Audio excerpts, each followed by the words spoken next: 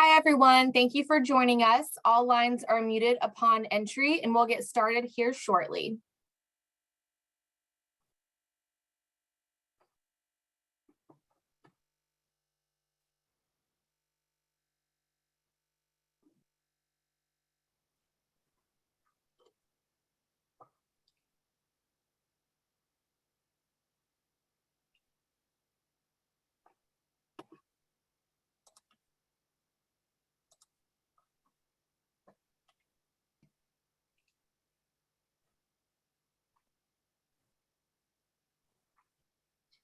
Thank you for joining us. All lines are muted upon entry, and we'll get started here shortly.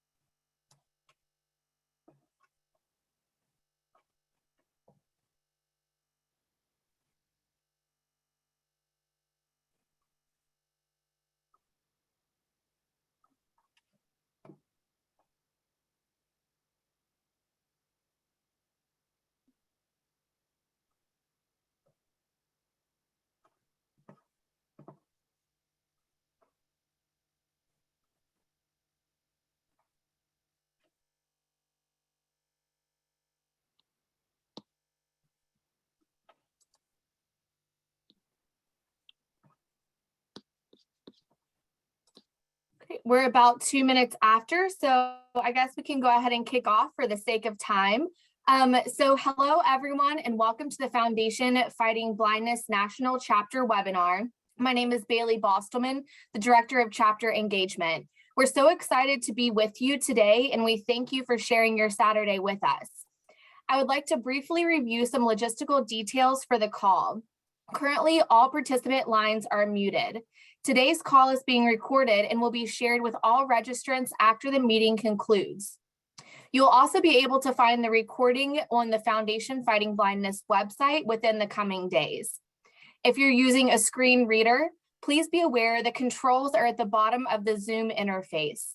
This control bar may collapse when not in use, so make sure to joggle your mouse before clicking anything. If you prefer to prevent the controls from auto-hiding, go to your settings within the Zoom platform, select Accessibility, and then select Always Show Meeting Controls.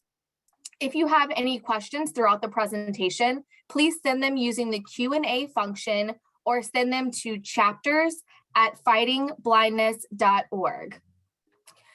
So before I introduce our host and we kick off the great topic of managing your retinal degenerative disease, I wanted to take a moment to share with you an exciting March Madness themed competition where you can compete with and against others to help raise awareness and funds for the Foundation Fighting Blindness.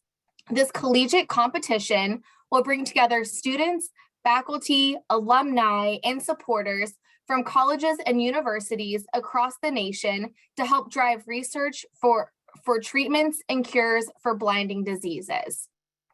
To be part of this mission-driving competition, sign up today by visiting give.fightingblindness.org/eye-on-the-prize and begin building your team.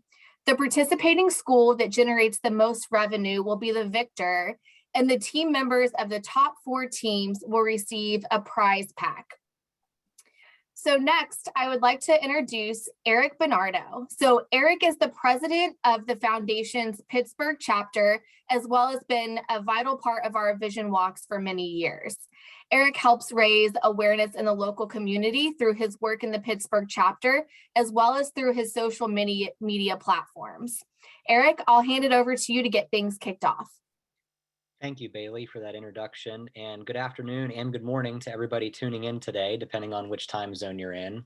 It was an honor to be your host today, and I wanted to briefly discuss a little bit about myself and how I got involved with the foundation and why I have become a continuing growing part of this organization. So I do have retinitis pigmentosa, X-linked, and I have the RPGR gene, which was identified at the UPMC Eye Center under the supervision of Dr. Sahel, who I'm sure most of you on the call have heard of before. And I had that identified a couple of years ago. I've had RP. I was diagnosed with RP at age 2. And then, like I said, a couple of years ago, they found the specific gene defect. And having RP is how I found out about the foundation in the first place many, many years ago. My parents had been donating to the foundation since I was a child. And about 5.5 years ago, when I graduated from college, I was looking for my first adult job out of school. And I actually reached out to the Foundation Fighting Blindness to see if they had any job opportunities that were available for me. And at the time, when they responded, they said they didn't have anything available at that point in time, but they suggested that I become involved in my local foundation chapter and events and things like that. So I was eventually put in touch with Steve Soroka, who's the associate director of events, and he happened to cover the Pittsburgh market. And that's how I got involved with the Vision Walks back in 2017. And things have just been climbing ever since. And about a year ago, I was approached by Steve to become the president of the Pittsburgh chapter. And in the summer of last year, those duties became official, and we've been trying to grow the chapter ever since. So if anybody on the call is in the Pittsburgh area and they're interested in becoming involved in the chapter, please don't hesitate to reach out to me. We're always looking for chair people for our different committees on the chapter, as well as some volunteers to work within those committees, including the revenue, education, diversity, and just anything that anybody wants to do to help push this mission forward in the Pittsburgh chapter and the Pittsburgh market. We would greatly appreciate that. So now I'd like to take this opportunity to introduce Ben Shaberman. Ben Shaberman is the Senior Director of Scientific Outreach for the Foundation, and he will be our moderator for our panel discussion as our panelists discuss managing your degenerative retinal disease. So thank you again for this opportunity to be your host. It's been an honor and a pleasure. And Ben, take it away. Great. Thank you, Eric. It's great to meet you, and thanks for all the great work you're doing in Pittsburgh and leading the Pittsburgh chapter. And thanks to everyone for joining us today. Happy last day of winter here in the Mid-Atlantic. It's a beautiful day. It's supposed to be in the mid-70s, so I hope wherever you are, you can get out, enjoy your day after we're done here. So I'll be the first to say that I really miss doing these educational activities live, and hopefully we'll be resuming the live events pretty soon. But it is great that we can reach out to so many people, really people from around the world, when we go virtual like we are today. And looking at the Zoom count, we're over 450 participants, and we're also streaming this on Facebook, so there are many additional participants. So it's really exciting that through the virtual channel, we're able to reach so many people. And I think most of you on this webinar know that we're at a very exciting juncture in the development of emerging therapies. We have somewhere in the neighborhood of 45 clinical trials underway. And while emerging therapies are usually the most exciting topic for our constituents, and we will, I'm sure, be talking about therapies somewhat today, the focus for today's webinar is what people with inherited retinal diseases can do right now to manage their conditions, what you can do to make the most of your remaining vision, and also position yourself for perhaps a clinical trial and future therapies. I think it's a very important topic, and I know a lot of people, again, are excited about the research, the emerging therapies, and we appreciate how much you all do to stay on top of the research. But there are so many things you can do as a patient, as a family, to manage your condition. And again, that's what we're going to focus on today. So today will largely be a Q&A with our panel. First, I'm going to ask them some questions. We'll spend the first half of the Q&A doing that, and then we'll take questions from you, the audience, and you can enter those through the Q&A tab or the chat tab. And then finally, to close things out, to put a nice bow on things, we're going to hear from Dr. Claire Gelfman. She is our Chief Scientific Officer, and I'm really looking forward to her finishing the webinar up with some concluding remarks. So to get started, I'd like to introduce our panel. And first, I'd like to introduce Dr. Tim Stout. He is an MD, a PhD, an MBA, and his official title is Professor and Director of the Cullen Eye Institute and Chair of the Department of Ophthalmology at Baylor College of Medicine. And he cares for many retinal disease patients in the Houston area and beyond.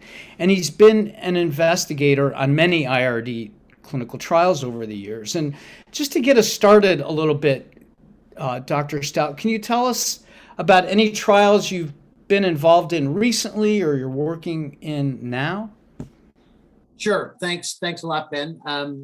So I've really been involved in gene therapy clinical trials for ophthalmology for, frankly, most of my career. We started off looking at designing viral vectors and non-viral vectors, and then we moved into developing animal models that mirrored human disease, and then we moved into human clinical trials, and a number of these trials I participated as the designer of the trial. A number of the trials I have been the surgeon on the trial. And I would say in the past, 5-10 years, I've moved more towards chairing or being part of the data and safety monitoring committees for many of the trials that are going on, and advising the FDA in terms of trial design and endpoint development. So it's really been fabulous to see how gene therapy, especially for inherited retinal diseases, has progressed over the past 15, 20 years. It's been gratifying to go from trying to figure out how to get genes into cells to actually now following up with patients who I treated 5 years ago and they're still doing great. So it's really been an awful lot of fun. My pleasure. Well, it's great to have you in the clinical trial space. It's obviously so important for moving treatments forward. So thanks for all the work you are doing there. And next, I want to introduce Dr. Rachelle Lynn. She is an OD, an optometrist. She has an MS. Her official title is Assistant Professor at Marshall B. Ketchum University. And she's an optometrist who sees a lot of retinal disease patients and provides also low vision evaluations and resources. And Rachelle, how long have you been at Ketchum? Been at Ketchum since 2014. Okay. And I guess maybe more importantly, how long have you been doing optometry and helping IRD patients? Yeah, so I've been doing practicing optometry since 2013, and we see so many IRD patients within the low vision clinic. So that's where I've been practicing, and we've been seeing those patients in the VA prior to being at the university and now at the university. And Ketchum, just so I can clarify, is part of the Southern California College of Optometry. Is that correct? Yes, Ketchum is our university title, and then the Southern California College of Optometry is within the college within it. So you're sort of in the LA region, Orange County? We're in the LA Orange County region. Okay, great. Well, Orange County of California. Right. Good point. And I just wanted to note, my professional outreach team, or a small team that reaches out to eye care professionals to tell them about our mission and resources. And Rachelle, I think we met about 2 years ago at a low vision conference. And I remember you did a talk on inherited retinal diseases. And my colleague Michelle and I said, we have to introduce ourselves to Rachelle because you do such a great job presenting the information, and we just wanted to collaborate with you. So thanks for joining us today. Thank you for having me. Sure. And then finally, last but by no means least, I'm really thrilled to introduce Casey McKenna. She is a certified genetic counselor and a senior genetic counselor at InformedDNA. And Casey, you've been a counselor at InformedDNA now for more than 5 years, but you've been a genetic counselor for more than a decade. Is that correct? Just about a decade, yep. Okay. So you're doing obviously retinal disease and ocular genetics now, and we're grateful that you're doing that. What other kinds of areas have you done genetic counseling in? I've primarily practiced in pediatrics, working with patients with inborn errors of metabolism or lysosomal storage disorders. I started getting my toes wet in the ocular world with an aniridia clinical trial, Okay. but I've since moved on and have been over 5 years focused on retinal disorders. Okay. Well, again, we're very glad you're in our field. And I might add that the foundation offers a no-cost genetic testing program. The testing is through Blueprint, but we also provide no-cost genetic counseling through InformedDNA. So perhaps people who select that program, enroll in that program, might actually get to meet you someday when they get the result. I may have even spoken to someone who's already on this call. Right, right. Well, again, thanks for joining us. So let's get started with the official Q&A. And I want to direct the first question to Dr. Stout. And the question is, why is it important for patients with inherited retinal diseases to see their retinal specialist on a regular basis, perhaps even annually? Why is that important? Let me come off of mute here. So there are a number of reasons why periodic follow-up is important. The first is that in addition to the problems with the retina, or in addition to the problems with the genetic condition itself, there are a number of allied problems that are more frequent in patients with inherited retinal diseases. And a lot of these problems can respond to treatment. For example, people who have inherited retinal diseases tend to get cataracts at an earlier age than people that don't. And cataract surgery is safe, and in many situations, it makes the vision better. There are other issues like swelling of the retina, which can be treated with topical drops. So there are a number of allied conditions that can respond to treatment that can actually make you better. So that's number one. Number two is it's good to have regular follow-up so that you know the tempo of your disease, so that you get an idea of, is your disease stable? Is your disease progressing, et cetera? And this has a lot of implications in terms of work, in terms of lifestyle management, certainly in terms of driving. Those are all really things that you want to know about. And the best way to know about that is regular, if infrequent, follow-ups with your physician. And then the last thing is, I couldn't have said this 20 years ago, but now I say it, and that is, there are treatments that are evolving. And if you've got Stargardt's disease, or if you've got X-linked retinitis pigmentosa, or you've got something like that, you need to go back periodically so that you can have a conversation with your doctor about, is there a trial that's coming down the pipe, or is there a trial that's going on now that I would be eligible for? So for those three reasons, I think that annual or maybe even biannual exhibit every 2 years visits are warranted. Does that make sense? Oh, definitely. Those are all good points. Again, I think a lot of people, because there may not be treatment available now, or even a clinical trial now for their condition, or at least at that particular time, sort of give up and don't see their doctor on a regular basis. So I'm glad you highlighted the many reasons why it's good to stay in touch with your retinal doctor. Does Casey or Rachelle, do you have anything to add?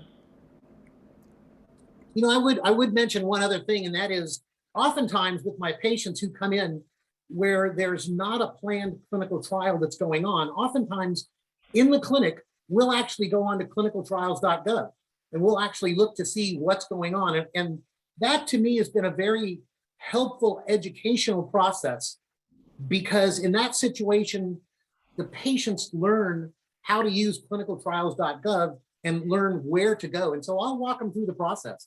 You know, it only takes 5 minutes, and I think that extra level of education is really, really helpful. You know, that's really great, because clinicaltrials.gov, just so everybody knows, is a website hosted by the National Institutes of Health. And it has just about every clinical trial for really any disease, retinal or otherwise, in the US and many overseas. So it's a great resource. And it can be a little difficult to navigate. And I'm really delighted to hear, Dr. Stout, that you take time with your patient to actually go through that, because that's a pretty rare thing. Most eye care professionals out there don't have the time to do that. So it doesn't take that long, and it's a great educational tool. I agree. And if people out there want to explore on their own, again, clinicaltrials.gov, you can search by disease or keywords or even your gene, and you can definitely learn a lot about what's going on in clinical trials. So let's move to Casey. Casey, I think there are a lot of misconceptions about genetic counseling. People hear counseling, and that word can bring up all sorts of thoughts and feelings. Can you talk about your role as a genetic counselor and maybe clear up some of those misconceptions? Sure. So as a genetic counselor, my job is to interpret and explain genetic testing in a way that makes sense to an individual patient. You know, to be able to answer questions and really talk about what different types of results might mean for a patient and for their family members too. Some of you may have seen a genetic testing result, and it may have been a dozen pages long, and it may have looked like a foreign language. And that's really where I come in. In a typical genetic counseling session, we'll review an individual's personal history, talking about how their vision has changed over time and any other health problems they might have. We'll also review the family history, typically 3 generations. So your grandparents, your parents, and your generation, kids too, if you have them. And then we'll put it all together. Some genes require 1 mutation to cause a retinal problem. Some require 2. So it's a little bit tricky to wade through sometimes. And I have an hour to wade through, as long as patients need to discuss, ask questions, make sure they understand. The idea is to empower patients to make their own decisions, like you were saying, Tim. And that's so important. And I know the reports, I see a lot of the reports can be pretty cryptic. There are things like variants of unknown significance. Some results are considered pathogenic or likely pathogenic. And you just help people sort through all that terminology. And I think another really important aspect to that is, if the results are inconclusive, what are the next steps? And perhaps you can give us an example of what you might suggest to somebody whose genetic test doesn't have the precise gene that's causing their disease. Yeah, I mean, a third plus of our patients do wind up having non-diagnostic test results. And what I like to tell patients is, number one, that does not change the diagnosis that your retinal specialist has given you. It just means we don't know why. With genetic testing, we're trying to come up with a cause and effect relationship. And your doctors are there to answer questions about the effect, but I'm here to answer questions about the cause. But in general, we tell patients to hold tight for 3 to 5 years before considering another round of genetic testing. As a benchmark, when I started, I think we were testing 185 genes 5 years ago. Now we're at over double that. So things are changing by leaps and bounds. Sometimes patients just need to wait for science to catch up with them a little bit. Right, right. And I will make 2 points. Number one, the foundation is funding research so we can identify more genes, so we can genetically diagnose more patients. And while we usually implore people to get genetically tested so they can know their gene, even if their gene isn't identified or there isn't something going on therapeutically with their gene, we have several gene agnostic therapies in the pipeline. So while, again, we do ask people to focus on finding their gene, if you don't have your gene identified, there's a lot of good work that might be beneficial from a therapeutic standpoint. So I think that's important to emphasize. So thank you. So Dr. Lin, when you see a retinal disease patient, I know one of the things that you help them do is suggest accommodations to help them make the most of their vision. But what kind of tests or assessments do you do to understand what might benefit the patient most? Right. So one thing I teach the students at our university, and one thing we practice within our clinic, is that every patient is unique. And you can have two patients with the same eye condition, but if they have an earlier stage versus a later stage, their needs will be very different and their vision will be very different. And you might even have two family members with the exact same gene mutations and still have very different vision. You can have two patients with the same vision who have different needs because they have different goals and different demands at work and school. So we look at every patient individually. So it's hard to make broad recommendations across the board. But one thing that you should get when you go to a low vision specialist is that we will assess your vision first. So we'll use sometimes larger text or larger print font to assess how much vision you have. And then if it's better that we do your vision assessment with what we call a trial frame refraction, where we put the lenses directly in front of your eyes instead of behind that machine that they usually do for eye exams, then we'll do an assessment for whether or not glasses will improve your vision at all. And for some patients, glasses won't improve their vision. And for some patients, glasses will improve their vision a little bit.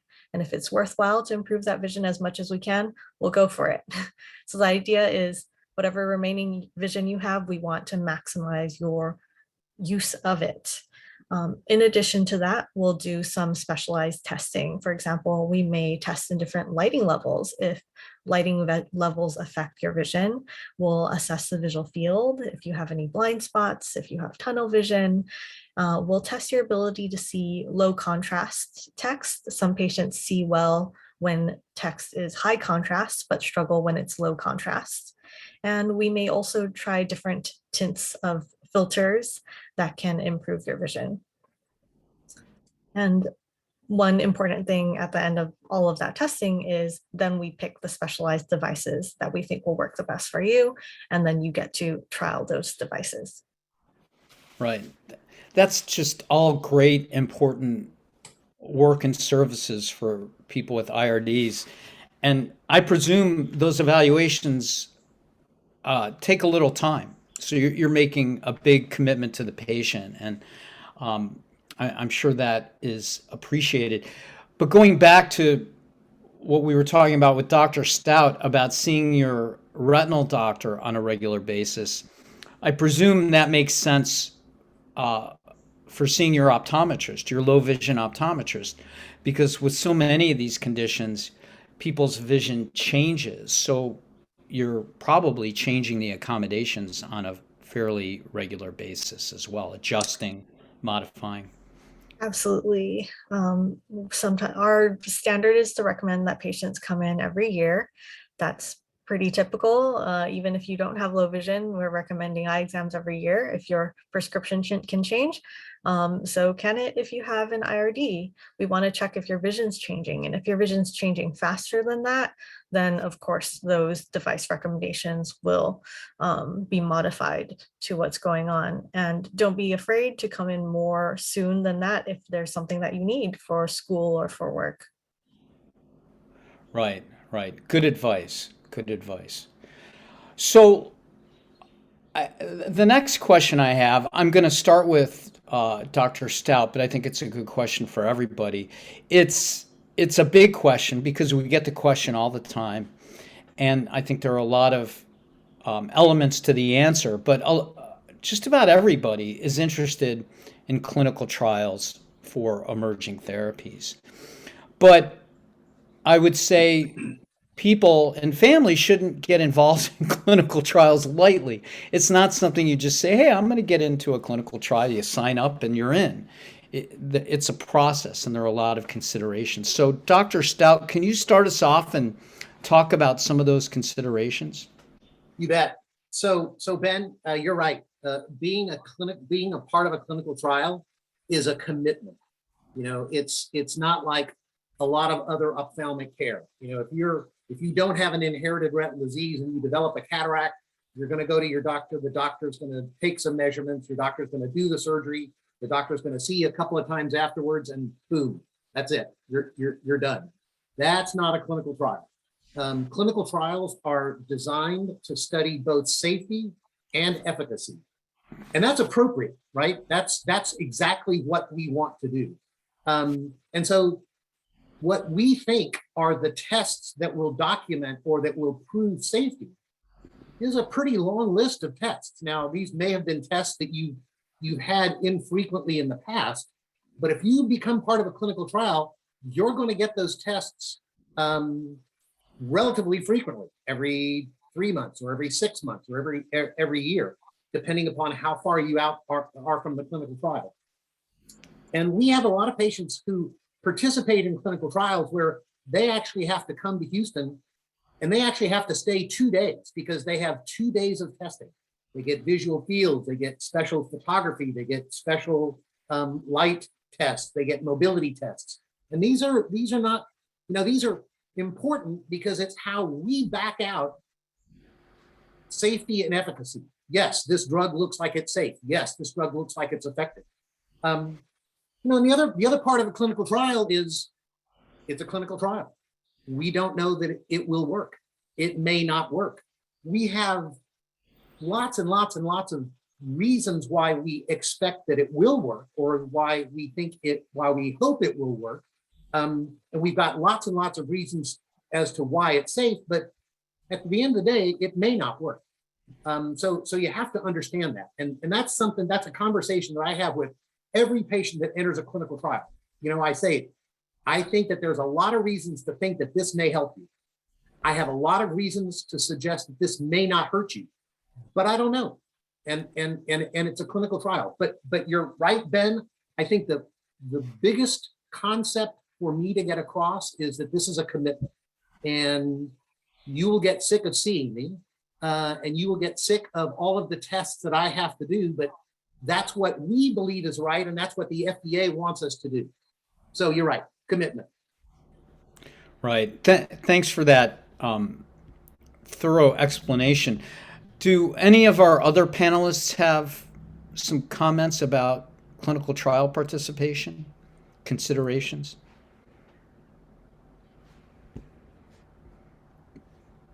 Okay. So Casey, I want to go back to you and talk a little more about genetic testing and counseling. Can you give us an example, or maybe just whether it's specific or general, about how you actually helped a family, or how genetic testing helped a family? Obviously, we don't want you to breach confidentiality, so you don't have to tell us their names, but I think these anecdotes really underscore the benefits of the testing and the counseling. So if you can share one. Sure. So, briefly, Many times when we think about genetic counseling, we think about the risks to other family members. Sometimes a diagnostic test result can tell us, will my siblings be at risk? Will my kids be at risk? And that's something that can be very powerful, although not really why we're here, right? Many reasons why we're trying to do genetic testing is to think about our visual outcome and think about possible participation in clinical trials. So for me, an example of when genetic testing made a huge impact is typically when someone does get matched with that clinical trial or potentially an FDA-approved therapy. I saw a patient maybe 4 years ago who had genetic testing of that RPE65 gene to try to see if they would be a candidate for what is now Luxturna. And one mutation was found, and the other change was a variant of uncertain significance, or what we call a VUS. And that meant that the patient, if this second change was a mutation, they might qualify for a clinical trial. But as of right now, we couldn't say one way or the other.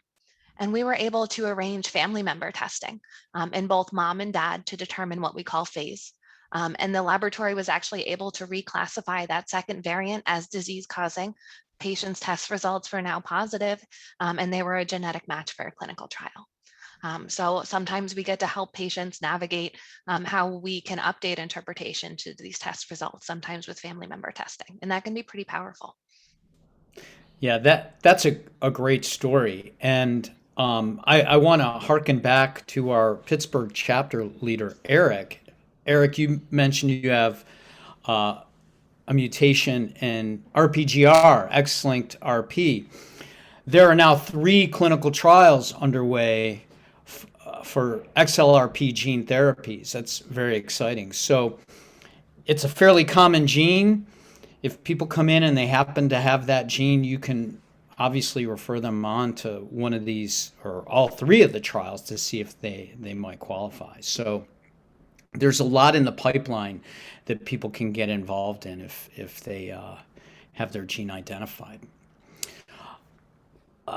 I'd like to go back to Dr. Lin to talk a little more about accommodations. And I know, especially when people have more advanced vision loss, things like occupational therapy or orientation and mobility come into play. Do you collaborate with those types of therapists and mobility specialists? How does that work for a patient if they need those kinds of services? Absolutely. We work with a team approach. We want to get patients as many resources as possible. So that can involve OTs, orientation and mobility specialists, low vision specialists, support groups, and we will make those referrals for the patients. And hopefully you've also found a team that works well with you for all those patients out there. And are those specialists part of your institution, or they might be outside specialists? So there are some organizations around the country where you will have a pretty significant team, but you might not find all of those specialists under one roof. So you might be working with several doctors, for example, including your retina ophthalmologist, but you might be going, for example, in California, we have Braille Institute, where patients can go for O&M training, orientation and mobility training. Okay. Another Good. thing we'll do is there may be limitations on who can prescribe specific types of devices. So our optometrists will do that vision assessment, get glasses, and then get those devices that you need prescriptions for example, bioptic telescopes, higher power magnifiers, adaptive technology, even the wearable headsets, text-to-speech software, and then we may collaborate with those other team members to do more of that in-home training. That's great. And if I can be so bold, I think one gap in the retinal disease space for helping patients is getting them referred on to people like you, Dr. Lin, and also these other low vision professionals. Because there are all kinds of resources out there, but people don't always hear about them or learn about them. And I'm just really thrilled that you're focused on providing these services for people with IRDs who have low vision, and then you collaborate with other low vision professionals, because that's so critical to helping people with their activities of daily living, their hobbies, and just maintaining their mobility and independence. And we did have a webinar, I believe it was last September, if I remember correctly, on low vision resources. That's on our website if people want to check that out. So I wanted to start taking some questions that we're getting through the chat and the Q&A. And I think this is a really good question.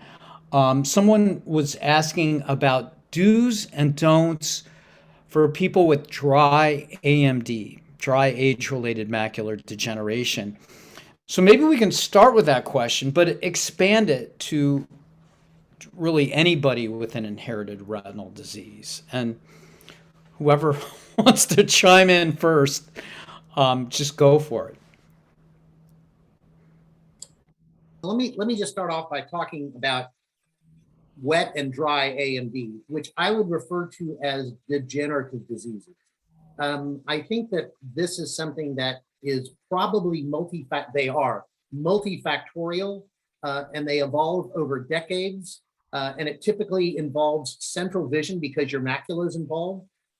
And although there is a genetic component, or there's things in your genes that influence whether or not you get dry or wet macular degeneration, we don't typically think of dry or wet macular degeneration as an inherited retinal disease. I frankly don't think there's any disease, with the exception of trauma, that doesn't somehow involve our genes. But when we think about inherited retinal diseases, we're typically thinking about one or perhaps two different genes that cause the problem. In age-related macular degeneration, it's multifactorial, and it's much more complicated than a monogenic or one gene kind of problem. So what are the do's and don'ts for age-related macular degeneration? Well, the one thing that's most modifiable is smoking. Smoking will absolutely make, if you are a setup for age-related macular degeneration, smoking is going to make it worse. Smoking is going to make it happen sooner. So don't smoke.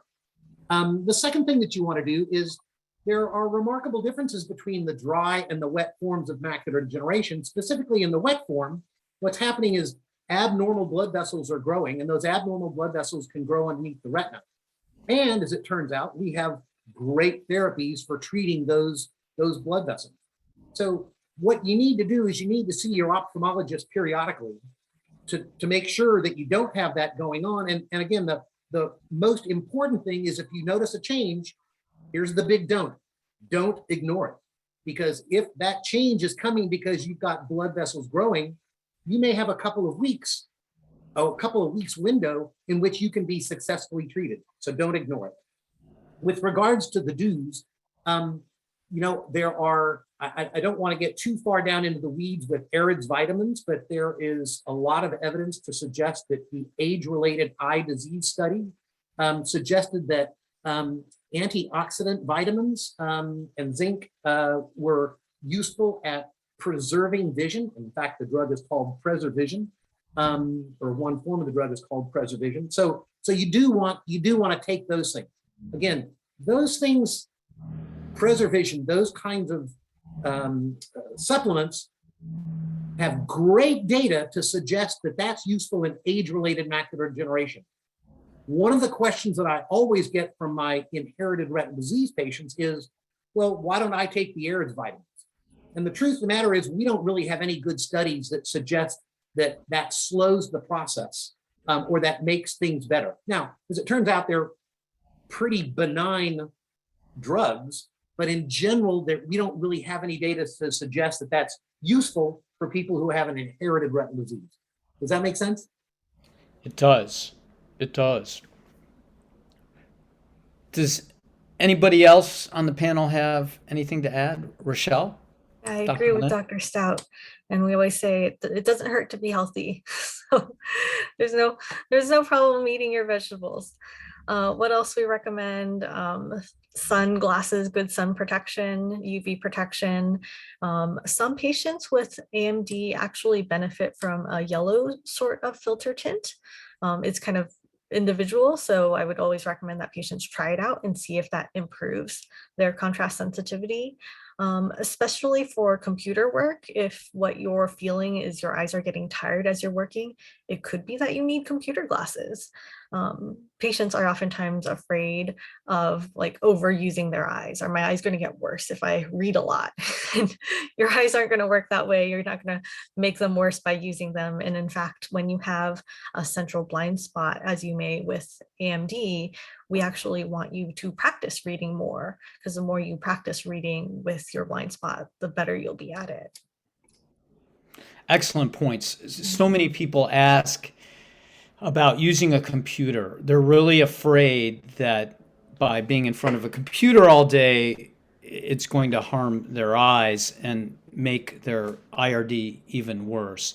But I think regardless of whether you have a retinal disease or quote unquote normal vision, normal eyes, you should take breaks from the computer anyway. I mean, that's sort of the basic recommendation for computer use. So especially on a day like today, after you're done here, get outside and enjoy the weather if you can.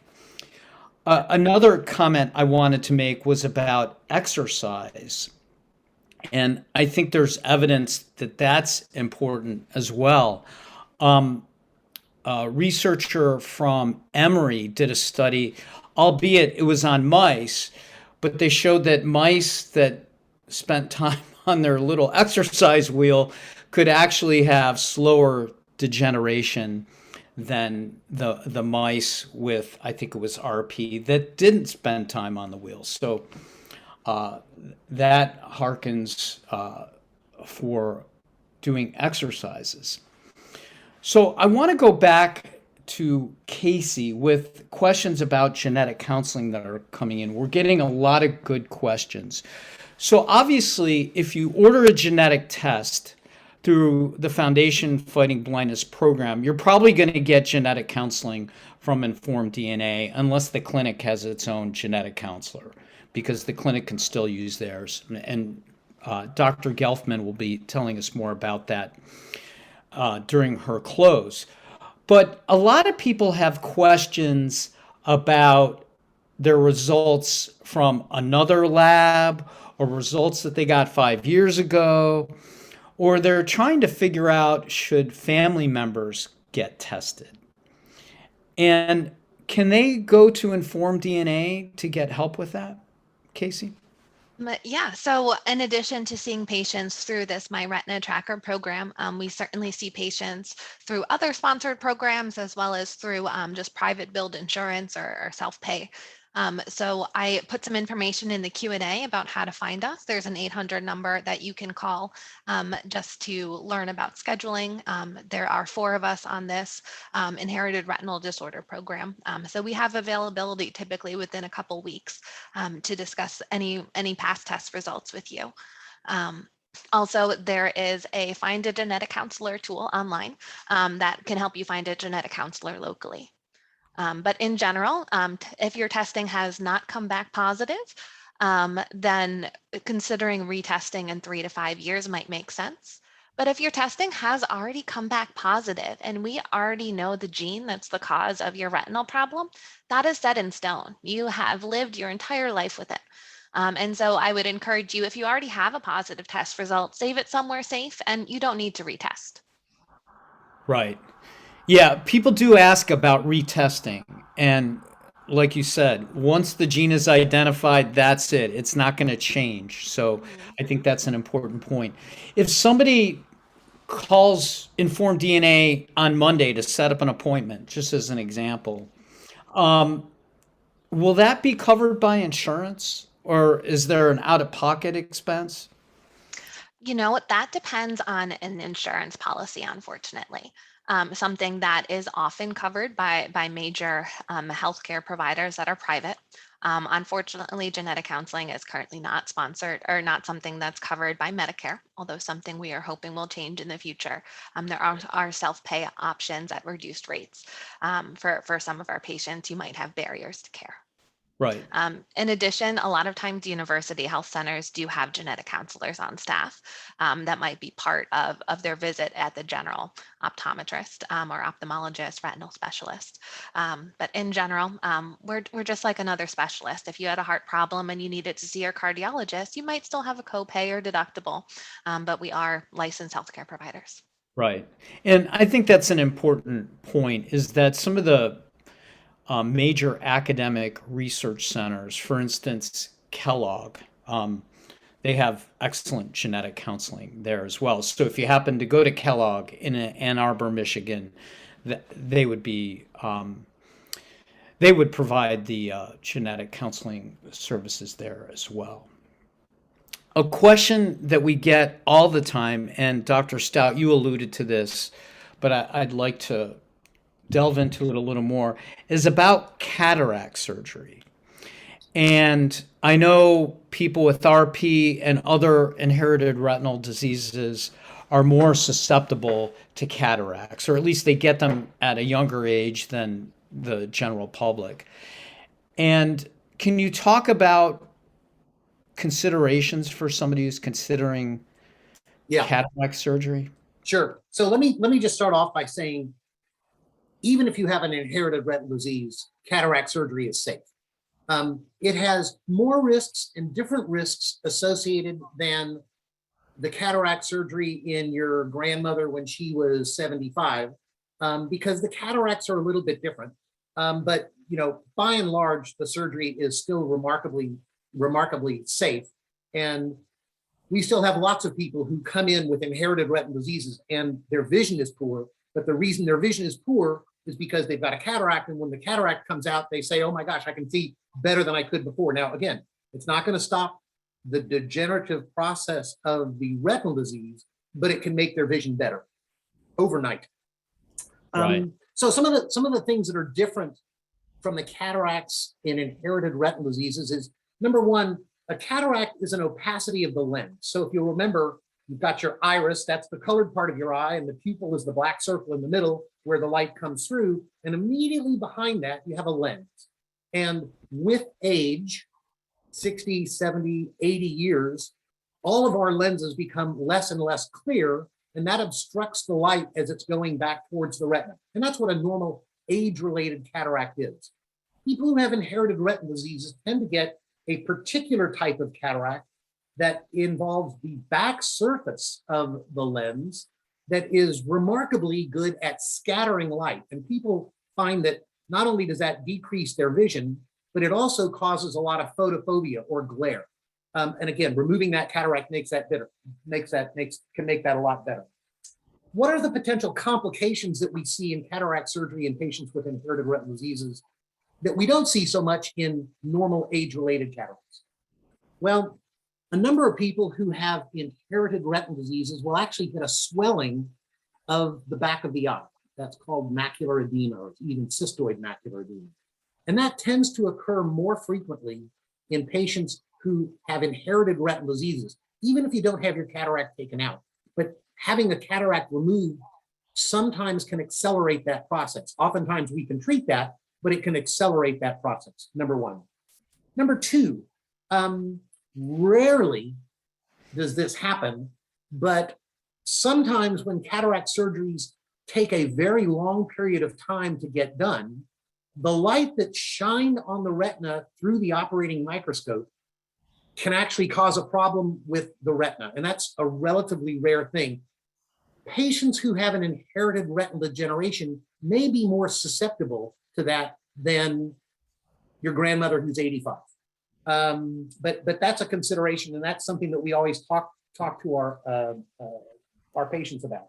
And the third thing, which is a largely reversible thing, is in patients who have inherited retinal diseases. I don't want to get too deep into the surgical weeds here, but the way that we take out a cataract is the lens is in a capsule. And so we open up the capsule and we remove all of the lens material, and then we put a synthetic plastic lens in its place. The back part of that capsule oftentimes will fibrose over or will become scarred. This is something that happens frequently in everybody who has a cataract. You're almost guaranteed to have that if you've got an inherited retinal disease. Fortunately, it's something that's easily taken care of. Just at the slit lamp with a laser. Once this develops, we can laser that posterior capsule, as it's called, and open it up, and the situation goes away. But it's a consideration that anybody who has an inherited retinal disease who has cataract surgery, they're probably going to need to have that laser afterwards. Again, outpatient procedure, takes 2 minutes to do, and is remarkably safe. Does that answer your question? Yeah, no, that was a good overview of some of the considerations and challenges. I guess a question I'll ask, if somebody has a condition like RP, they have a cataract, should they go to a quote unquote special cataract surgeon who understands RP, or they can really go to any?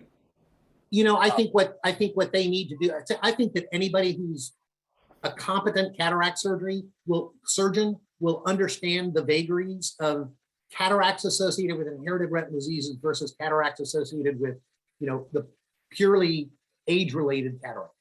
I think they will know that. In other words, I don't think that there is a need to go to a subspecialist cataract surgeon who specializes in IRD. Right. But if they want to, I'd be curious, Rachelle, what are your thoughts? I mean, you agree with that, or you have concerns? Casey? I think it will depend on the cataract surgeon. I know some cataract surgeons are very hesitant to do surgery on a patient if they know that the vision afterwards will still be affected by the IRD. And especially if the IRD may make the risks of the cataract surgery higher, they might be more hesitant.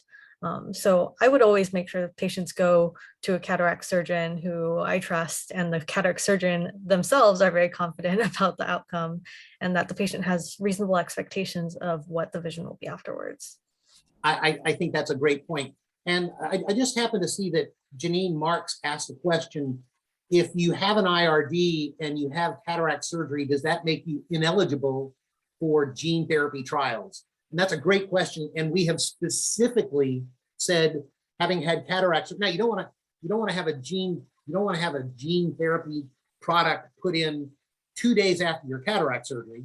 But in general, we've written clinical trials so that having had successful cataract surgery does not make you ineligible for gene therapy or stem cell therapy. right, it might actually enhance your eligibility because you'll have better vision. You might be excluded if you have a relatively mature cataract, or really any cataract. So good points. Good discussion. Again, it's one of the most frequent questions that we get. Every clinical trial's inclusion and exclusion criteria is different. So I always recommend patients, go to clinicaltrials.gov and look at that specific information. Also, don't be afraid to reach out to the companies. A lot of the companies have their own representative that helps walk patients through those steps. And so you can ask questions about eligibility, and they might actually be able to point you to someone who can do that assessment. Yeah, great point. Right. Yes, good point. And Dr. Lin, we've gotten a few questions about what I will call more unusual visual symptoms. And I know, obviously, people with inherited retinal diseases have very common symptoms, loss of peripheral vision, central vision, things like that. But sometimes I hear from people, and we have somebody who entered a question about double vision or headaches or things like that. Are you able to help people with these, what I would call less common symptoms, like something like double vision? Right. Double vision is not always the top of the list when it comes to symptoms for IRDs, but it is actually a very common symptom just in eye care in general. So we can absolutely assess what's causing the double vision. And then there are different ways to treat it, either through adding prism into the glasses, vision therapy to strengthen the eye muscles to make sure the eyes align better, other modifications we can do to the glasses to help with the double vision, and when we need to refer for surgery to fix that. Right. An important thing is to make sure we know what's causing the double vision, because the causes of double vision could be the IRD, but sometimes it's not the IRD that's causing that. Right. Good point. But yeah, I guess the other point is if somebody is having just any change in vision that is rather sudden or pronounced, they should get to a doctor pretty quickly, whether it's Absolutely. an optometrist or a retinal doctor like Dr. Stout. So that's a really important point. If you have any patients out there, if you have a symptom that is unusual, don't feel afraid to discuss that with your team, with your eye care doctors. Because we don't know if you're having that symptom unless you tell us that symptom. It's, as the cliche goes, it's better to be safe than sorry, because you don't know until somebody can actually look at the back of your eye. We received a couple questions about disease progression. And I think it's a tough question because in our world of retinal degenerations, there are so many different diseases, so many genetic variations that it's hard to predict disease progression in all cases. And even different or people in the same family with the same gene mutation can have different rates of progression. But I guess the general question is, does a history of progression, let's say somebody's in their 50s or their 60s and they've had relatively slow progression of their IRD, does that bode well for the future, or can progression change as you get older? And I throw that out. Dr. Lynn, I see you're shaking your head, so go for it. Totally depends on the IRD. For example, you might have a patient with achromatopsia. Their vision might not change due to the IRD for their entire life. And then you might have patients with a later form of IRD where it starts when they're older and it goes from there. And you might have patients where they have an early form of RP where it starts when they're a child and escalates from that point. So it depends a lot on the patient and the condition. Right. So I completely agree. And there's just, frankly, Ben, there's just a lot that we don't know. You know, I might have a patient with an IRD, and I may do genetic testing on them, and I may come back with, you know, clearly CRX is the cause for this patient's inherited retinal disease, or clearly NRL or XYZ, whatever is associated with this disease. And then when you look at the other genes that have been sequenced, well, you've got variants of unknown significance in a lot of those. And here's the real kicker: a lot of these proteins, a lot of these moving parts interact with each other. So we don't know that there might not be a subtle change that's not sufficient enough to cause disease in somebody, but when it's married to another mutation that is disease causing, it could accelerate the rate of disease progression in that person. We know that genetically that can happen. We just don't have great algorithms that will allow me to look at all exomes or the entire genome and say, this is what your rate of progression is going to be. You know, this is a remarkably evolving field. You know, this is something that changes on a month-to-month basis. You know, I got a kick out of Casey saying that when she started off, there were 110 genes that were associated with this. I can assure you that when I got started off, we had no idea of which genes were involved, right? You know, so it changes pretty quickly. And although we've learned a lot, there's still a lot that we don't understand. So even though there might be monogenic causes for a person's inherited retinal disease, i.e. one disease is causing it, the rate of progression may be polygenic. It may involve lots of different genes that interact together. Does that make sense? Yeah, it definitely does. I always tell patients that while we've established a cause and effect relationship, it doesn't happen in isolation. You are still a human. You still have your individual differences. You live your life differently than some of your family members, some people halfway across the globe. Genetic testing can tell us why, but it typically doesn't tell us about prognosis unless there's a rare exception, like as you said, Rachelle, in terms of achromatopsia, or we know there are some genes that have an increased risk of having a neovascularization event or having a retinal detachment. But for the most part, everyone has their own progression. So unfortunately, genetic testing can't help with that too much. Good point.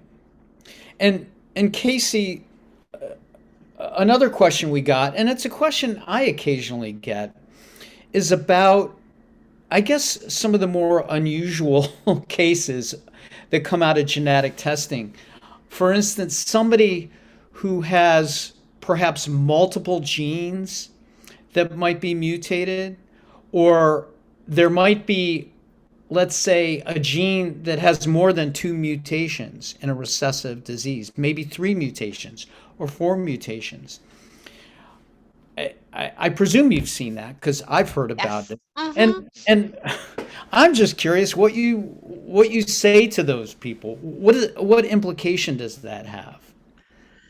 So I should say that many patients who have testing results that are not exactly diagnostic is more common to find multiple changes that we're unsure which of these could actually be the real cause of disease. So say we have a variant of uncertain significance. It's neither positive nor negative, but in a gene that sounds a whole lot like what our patient has, that's something that can be beneficial. And we probably wouldn't be so much concerned about if you have Stargardt and you have a variant in a retinitis pigmentosa gene, because they're different. So there's a lot of correlation that has to happen. But certainly, we have had patients with positive test results that have more than one thing. I saw a patient earlier this week that we were discussing in a case conference who had a diagnosis of retinoschisis, which can involve aschisis or splitting of the layers of the retina, but who also had a positive genetic testing for Stickler syndrome, which does cause an increased risk of having your retinal holes and retinal tears and retinal detachment. Patient had actually come in with a diagnosis of Usher syndrome because he had hearing loss as well, and now needs cardiac screening. But as I was writing up this clinic note, we have to hedge. It is unclear which of these 2 mutations could actually be the cause of what's happening in your retina. But we do certainly know that there's something abnormal going on in the retina that requires specialist care. So we do our best with the information that we have, but we don't know anything. It's still evolving. We don't know everything. It's still evolving. We do know quite a bit. Right. It's a complicated world with somewhere in the neighborhood of 300 genes, each of which can be implicated. There's a lot of variations. No pun intended. Variations on the variations. Absolutely. Yeah. But if you have a complex test result, definitely consult with a specialist. Right. Yeah, I remember I saw a presentation at a research conference a few years ago made by Dr. Steve Dager, who is in your neck of the woods, Dr. Stout. He's one of the foremost genetic experts in our field. And I think the title of it was Expect the Exceptions. And he went through some of the unusual cases. So anyway, we've gotten a few questions about age-related macular degeneration, which is a little different than the inherited retinal diseases because, as we've already heard, there are other factors that can impact progression. But specifically, what do you think people with dry AMD should be doing right now? Because for people with wet AMD, there are myriad therapies out there that can potentially help them if they still have some central vision remaining. For people with dry AMD, we're getting close with the therapy or two crossing the finish line, but they aren't available yet. Nothing's been FDA approved. what do you think people with dry AMD should be thinking about and doing on a regular basis? So let me just talk about kind of the two most likely approaches for treating dry AMD. So in dry AMD, the layer that's beneath the neurosensory retina, the layer that's beneath the photoreceptors, that layer is called the retinal pigment epithelium. That retinal pigment epithelium dies, and the retinal pigment epithelium is very, very important as a support structure or a support cell for the rest of the retina. So the question is, well, how can you prevent the RPE from dying, or how can you replace dead RPE? And there's two different approaches to that. Number one, how do you prevent the RPE from dying? Well, as you may know, there is a part of our body, a part of our immune system that involves how our immune system sees and gets rid of invading organisms, right? I mean, that's what our immune system does.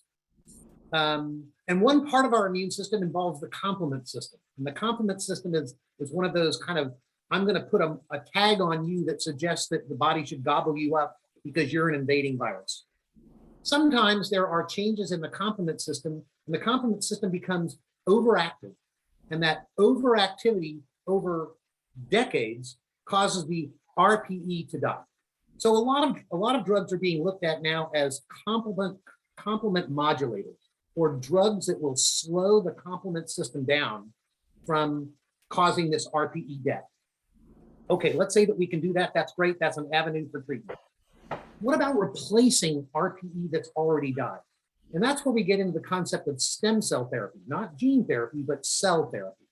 And there are a number of companies and there are a number of organizations now that are looking at trying to figure out how you can get a cell that kind of can behave like an RPE cell into the subretinal space and have it function. We've got a lot of really good evidence that a lot of these cells will function exactly the right way. One of the problems that we have is it doesn't seem to last forever. You know, again, your immune system can see these cells as, hey, that's not Ben, and so I'm going to gobble these cells up. So what we're trying to do now is we're trying to come up with cells that can behave like RPE cells, that really look like they're Ben cells, so Ben's immune system's not going to gobble them up, and that don't cause other problems.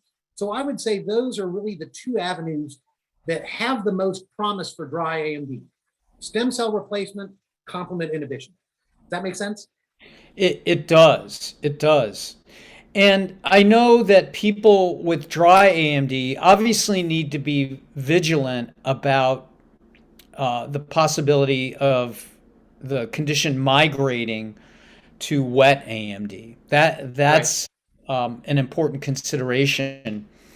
And so what should people think about or be aware of to know or realize that they might be converting to wet, or that might be happening?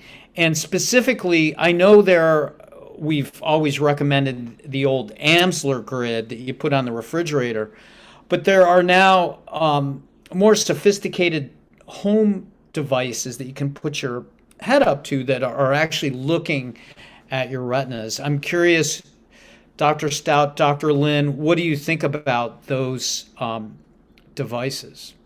Go ahead, Rachelle. Yeah, AMs are good, still a good recommendation for patients to have something at home. And yes, we definitely can use other tests that get a really good idea of the patient's central vision loss, and we're good. Yeah, I agree. You know, I think at some stage we're going to have maybe even home OCTs where people can get cross-sectional images of their retina at home. That's not ready for prime time yet. We're not there. And I think a lot of the home monitoring devices are perhaps an improvement on the Amsler grid, but I agree with Rachelle. The Amsler grid is still, you know, I think a very, very useful tool. It's really important. I think the key thing is just having a very low bar. If you think something's going on with your vision, get in to see your ophthalmologist And this is not a, oh, I'll get around to it in 6 months.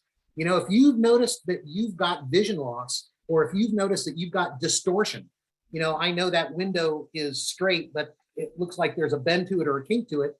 That's when you need to be seeing your ophthalmologist within a couple of days or a couple of weeks. Yeah, I think that's a really important take-home message for people with AMD or whatever condition, eye condition. A sudden change in vision, get in, because the sooner you get in, the better chance it can be addressed. So, you know, I tell all of my patients 3 words: change merits examination. If you notice a change, you need to be looked at. I like that. CME, change merits examination. Thanks. Well, we're getting to about 1:15 here on the East Coast, so we have about 15 minutes left. I want to give our panel a quick thank you. We're going to come back to you at the very end, but I want to take this opportunity now to introduce the Foundation's Chief Scientific Officer, Dr. Claire Gelfman. As I mentioned earlier, Claire has been with us for just about a year, and I've been so excited about the enthusiasm, the passion, and the sponge-like ability of Dr. Gelfman to take in information. And you've been such a great addition to the Foundation. But you're going to put sort of a bow on all of this that's been disseminated for the last hour and a half or so. It's a lot of stuff, but I will hand the program over to you. Thank you so much. Thank you so much, Ben. This has been so informational. I mean, you know, I've been with the Foundation, as Ben said, for about a year, but in the ophthalmology world for decades. And, you know, with each one of these webinars, I learned, and I can't thank you, Tim, Rachelle, and Casey for your insight, because, you know, we take the information that you've provided and we share that with our constituents, you know, those that are on this call, those that are not on this call. So I cannot thank you enough for your candid responses and assistance for our community. Just to kind of, you know, the best I can, there was so much great information shared that I just wanted to share some thoughts that I had in listening to all of your remarks. You know, we asked a lot of times, what are some action items? You know, you get a diagnosis, you're not quite sure what to do with that information. But one of the things that's really resonated with me that I heard loud and clear is that a good clinical workup from your retinal physician is so imperative, because that's really going to be your launching pad for monitoring the progression of your retinal disease, keeping in touch with what's happening in the field, so that you will be eligible for a clinical trial and that your doctor knows exactly what's happening with your vision status. And that's really important for that initial clinical workup in the office with a retinal physician who is used to treating individuals, evaluating individuals with both inherited retinal diseases as well as dry AMD.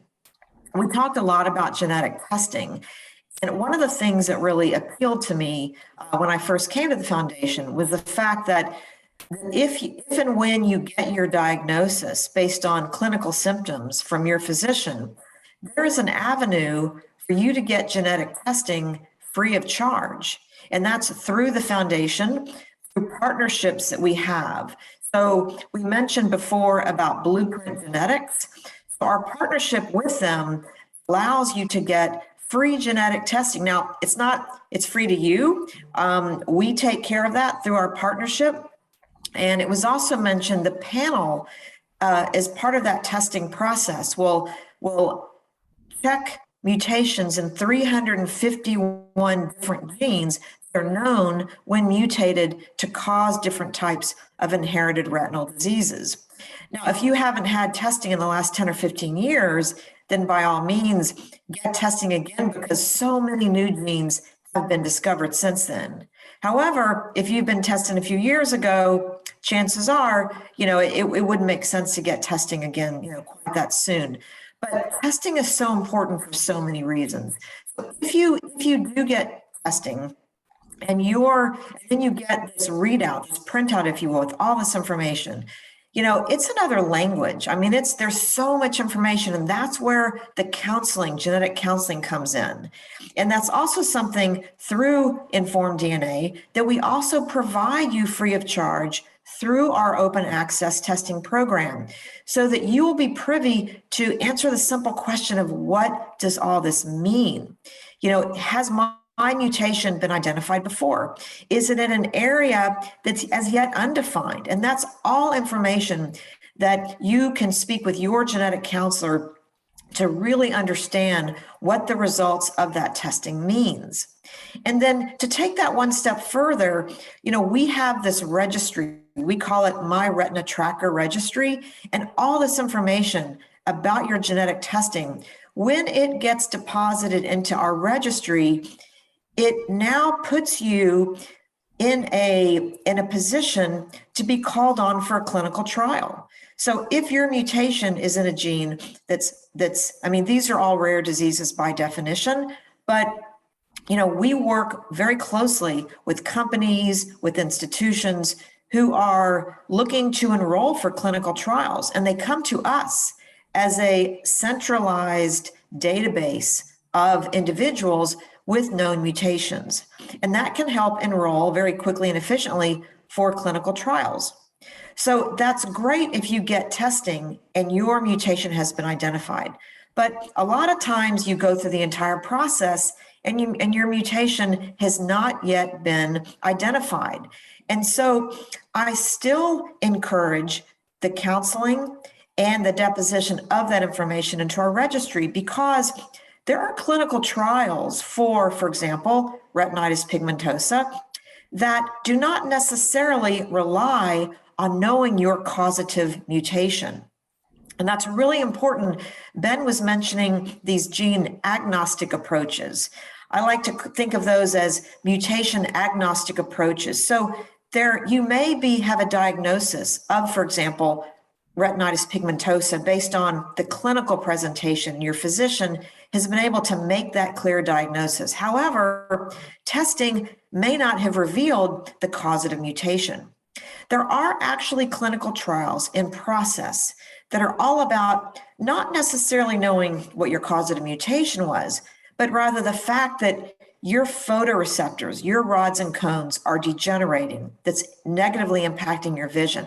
And that fact alone is one that these mutation agnostic approaches will help you get called on for a clinical trial that's based on your photoreceptor degeneration, not necessarily on knowing your causative mutation. So again, whether or not your specific mutation is known, it's still important to get that information from your testing into the registry so that you will be able to then be in a position to be called on for clinical trial. And by the way, our registry, we have about 20,000 entries right now, about half of which are those that have genetic testing as part of that entry.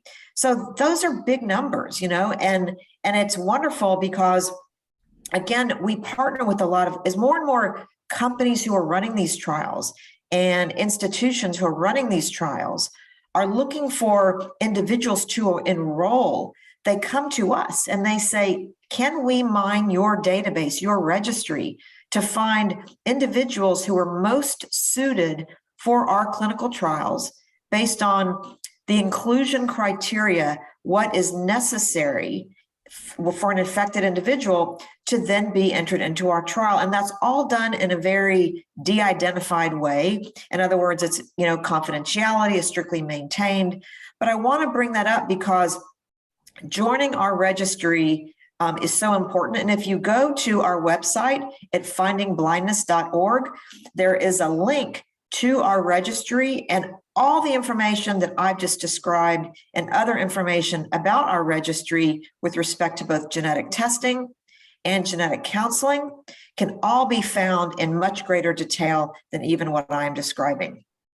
And so I wanted to also mention that having support from your community, from us as a foundation, but also for others where you live, other people who have diagnoses of either dry AMD or inherited retinal diseases. We have chapters in most major cities across the country. And I hope that if you are not already affiliated with one of your chapters, then you do so. You know, Eric, your story really resonated. I mean, this is exactly the support. You may not know about trials that are in progress. You may not know about some low vision aids that someone else who lives around the corner from you or in your state can help you with that are very nearby. And so I really encourage you to join a foundation chapter in your community if you have not already done so, because this is a way to get both support as well as learning about what's happening. And we support that too. As a foundation, you know, we work with all of our chapters very, very closely to bring that information to you and to also be an incredible resource as you're navigating through, you know, that initial diagnosis and how to, you know, modify your lifestyle so that there will be no liabilities, that it will be, and also to help put you in touch with the medical community so that you can get whatever help that you need. I also wanted to just mention about dry AMD. We had a lot of questions about dry AMD in our chat. And, you know, at the foundation, you know, we actually just celebrated our 50th anniversary back in September, pretty incredible. We started back in 1971, and we've raised, you know, upwards of $850 million in those 50 years, which is pretty incredible. And in the early days, it was really all about defining the genes that get mutated that cause retinal disease. And as someone was mentioning earlier, you know, the field is evolving so quickly. You know, there are in the blueprint panel, as I mentioned, there's about 350 genes that we test for. And as new ones are identified, we update those panels to give ourselves the best chance of identifying your causative mutation. In the case of dry AMD, though, as mentioned, these are not dry AMD, and wet AMD for that matter, is not a monogenic disease. In other words, if you were to get genetic testing, you're not going to find a mutation in one specific gene that then says, okay, you have dry or wet AMD. It's more about the clinical diagnosis. Now, that being said, individuals who have been diagnosed with dry AMD have gone through a series of genetic tests that helps to identify what's going wrong, what's kind of going awry, so we can identify the different pathways kind of en masse that need to be modulated, that need to be either up or down regulated to think about a treatment. Dr. Stout mentioned the complement pathway that's really important in our ability to fight infection, to stave off pathogens. So it's an important pathway. Clearly, we need to be able to, ward off things that don't belong. However, what we've learned about individuals with dry AMD is that pathway just goes haywire. It's overactive. And that's why a lot of the treatments that are in clinical trials for dry AMD that are all about tempering that pathway. So inhibiting different points along that pathway, not completely, but getting it back to sort of normal levels, if you will. And I'm very excited because at the end of this year and into next year, there are a handful of companies that are in phase 2 and phase 3 that are going to be reading out that will tell us if those treatments that are modulating or inhibiting the complement pathway are going to get approved for dry AMD. So it's a great example of, even though we don't know the genetic cause exactly, there are pathways that have been identified that if we think about those specific treatments, those specific ways to treat the disease, then we may reach a treatment time even faster, even though the actual genetic cause is polygenic. There are lots of different genes when mutated, plus environmental factors that can lead to a diagnosis by your retinal physician.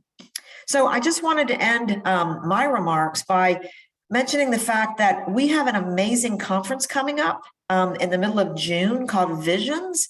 Maybe some of you have already attended Visions in the past, and a lot of these questions that you are asking are going to be covered in real time in person. So Visions is June, I believe it's June 16th and 17th. It's in Orlando, Florida. And we're going to be covering both inherited retinal diseases as well as dry AMD with scientists and physicians and clinicians, really addressing how to live with these retinal diseases, as well as what is the next latest and greatest treatments that we should be keeping our eyes on, and then how to keep up with that information. So I really encourage you to consider attending Visions coming up in June. It's going to be a great conference. We're working really hard in the planning of that, and we're happy to answer any questions about.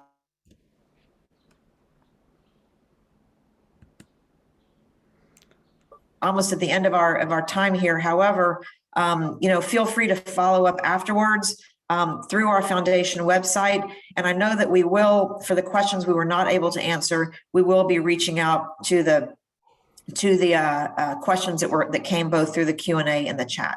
So thank you again. And Ben, I will turn the baton back over to you. Well, thanks. And thanks for those great remarks and also mentioning Visions. I put our registration page, the link to that in the chat. It's again fightingblindness.org/visions 2022, and that's June 16th through 18th in Orlando, and the early bird ends March 31st. So good information. So we are at the bottom of the hour. I want to thank Claire. Thanks for those great closing remarks. Casey, Dr. Lynn, Dr. Stout, Eric, our chapter team of Amanda, Nathan, and Bailey, and Chris behind the scenes. This was an outstanding webinar. It's a little different format for us. We didn't really have any formal presentations, but we had a lot of great questions and a lot of great insights from all our panelists. So thanks, everyone. Hopefully we'll be seeing you live one way or another before too long. If not, you can be sure we'll have another webinar. So enjoy the rest of your Saturday, and thank you again for all of you who support our mission. Thanks. Thank you.